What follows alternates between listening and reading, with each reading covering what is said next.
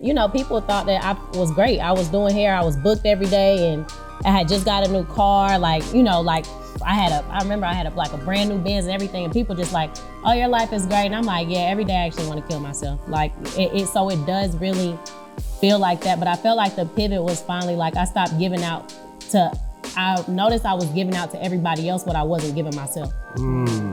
Like I was giving out, like I was wanting, like desiring things like to be loved a certain way, or for people to treat me a certain way, or sacrifice for me like I was doing for them, or to show up for me how I was doing for them. And I'm like, dang, I can't expect that for anybody else if I'm not giving it to myself anymore. And so it was like at that time where I finally was like, it's my favorite saying that I say now is conquer yourself before you conquer the world, because I can't pour from an empty cup. And that's what I did since I was 12. Like, even at young, I've always had just like wanting to be there for people and give people my last and give you my everything. And it's just like, I can't keep like pouring myself out dry. And then I'm wondering why I'm feeling so low and nobody noticing. It's because I'm still showing up for you like I'm good.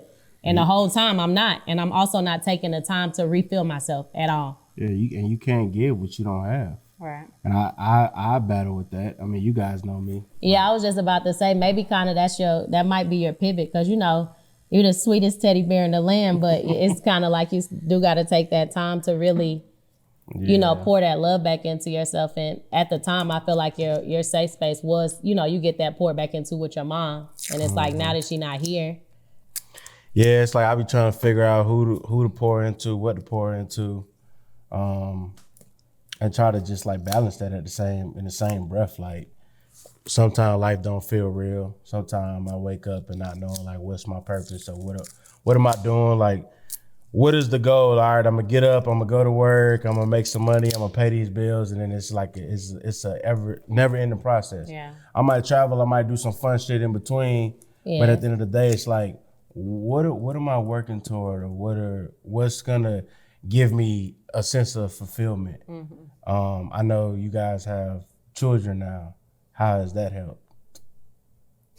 Or has it helped? I mean, it definitely played a big part in, a lot of people don't talk about postpartum depression at all. Like, I've heard about postpartum, but of course I know nothing about it. Women go through it after you have a baby, like your body changing, your hormones being all over the place. And I really felt, I was honestly, when we had Parker, I was afraid. I'm like, if I don't want to go into postpartum depression, because I know where it could take me, like, because I've been there. And I remember my first 2 weeks not having a suicidal attempt. I remember telling Annie, I was like, I don't want to go back suicidal. I don't want to go back depressed. And she was like, I won't let you. So I was very just kind of like vocal about any time I was like having a low day after we had Parker and stuff like that. But kids will really kids will change your world. Our kids make us so happy. Like, I love my babies so much. I don't know what I would do without them. I don't know what life was before they even got here. Yeah. I think that definitely makes like the hugest difference in our lives. Annie always talk about her happiest times is the boys coming into the world. I know you said, I never knew that y'all met at an Herbalife event. Yeah. My first words to her was, yo, leave out not blended. If people that know you, know that. No, people that know me know I'm like, because she getting dressed to go out, and everybody at the time, you know, she had top achiever in Herbalife, like top 6% of the business or whatever.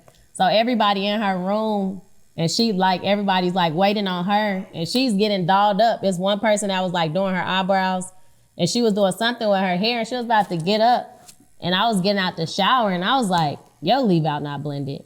But it's crazy the day we met, because I was supposed to had already left and caught a flight. The exact day we met, I was supposed to catch a flight. Yeah. And my friend couldn't get on her flight, so I was like, I'll stay with you or whatever. And we want to get a hotel to stay, so we end up staying at Annie's Airbnb. She was just like, we just gonna stay with Annie. And at first I'm like, all right, like we gotta go be around this girl. And that whole time, when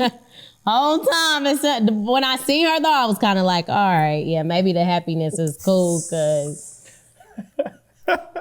5 years later, still here. Six months later, we were engaged. That's hard. I love that. So, how do you think that, like, in that time frame, like you said, 6 months?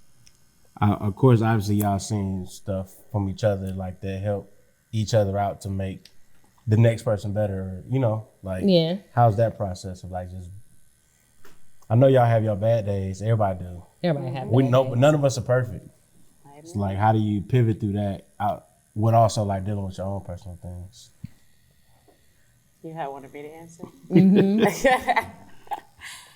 I think just understanding each other and understanding, I think it's important to have one common goal in a relationship.